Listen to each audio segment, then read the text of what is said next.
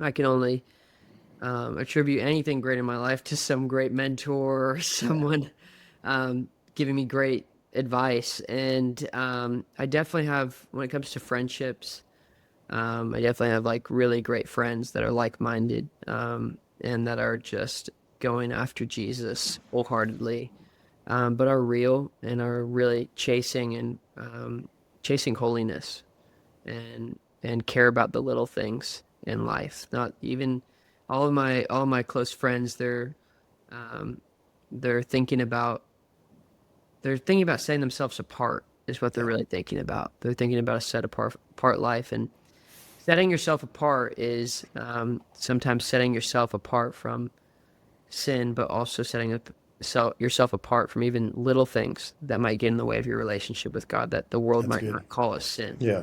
So all my friends are doing that. But then also for every like area of life, I have some sort of mentor or mentors. So like spiritually, I have mentors that'll pour into me, teach me the word. And then like with business or finances, I have kingdom-minded men that are speaking into my life and helping direct me.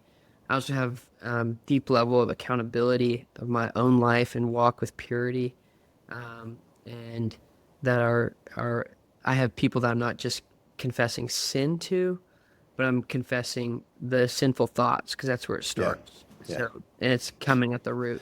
Daniel, I think that is the key part. Like, I think so many people miss it is like when you expose it early, it really disarms the power that the enemy has over that thing that's kept in the darkness. And I stress so many times to guys to just learn to know in that moment when you first think it, Mm-hmm. expose it, and find somebody in that moment. Because what the enemy loves to do is to go, "Oh, you got it, you'll be all right," and then you, before you know it, you're 5 steps down the road. Yeah, 100%. It's so good. It's so true, and that's why I think that's even some of the reasons why we see um, moral failures in the church is Yeah, actually the thought life. It yeah, stems back to that. It's like, how could they do that? Well, I've heard of stories of men with great, incredible, like quintessential family, 30 plus years of marriage, um, and then they throw it all away for